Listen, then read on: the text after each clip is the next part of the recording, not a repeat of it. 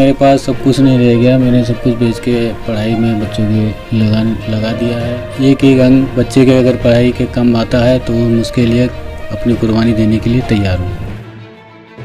एक बेबस पिता ने अपने बच्चों की प्राइवेट स्कूल की फीस भरने के लिए किडनी बेचने का ऐलान कर दिया है। दरअसल पिता ने चिट्ठी लिखकर सोशल मीडिया पर वायरल कर दी है, जिसको लेकर समाज सेवियों के मदद के लिए हाथ उठ रहे हैं। रोजा के आदर्श नगर कॉलोनी में रहने वाले अर्जुन का कहना है कि 2014 में उन्हें रोजा मंडी में एक किराए पर दुकान लेकर अपना गल्ले का कारोबार शुरू किया था।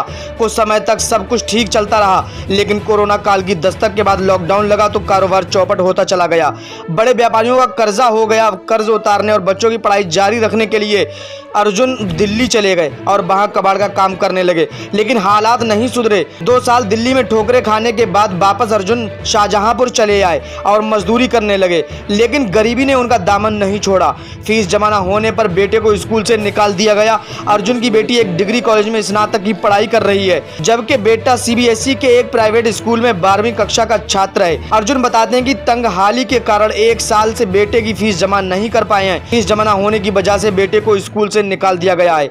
जैसे तैसे घर का खर्च चल रहा है। पत्नी रुई की बातियां बनाकर दुकानों पर बेचती हैं, उससे घर में छोटे मोटे खर्च ही चल पाते हैं। प्राइवेट स्कूल की भारी भरकम फीस जमा कहां से करेंगे, इसलिए किडनी बेचना चाहते हैं। उसके लिए उन्होंने चिट्ठी लिखकर सोशल मीडिया पर वायरल भी कर दी है। हालांकि उनकी बेबसी को देखकर समाज सेवियों के हाथ मदद के लिए आगे आ रहे हैं, लेकिन वो भी ऊंट के मुंह में जीरा साबित हो रहा है। रोजा मंडी शाहजहांपुर उत्तर प्रदेश, और उसमें मेरा व्यापार था, गल्ले की आड़त थी।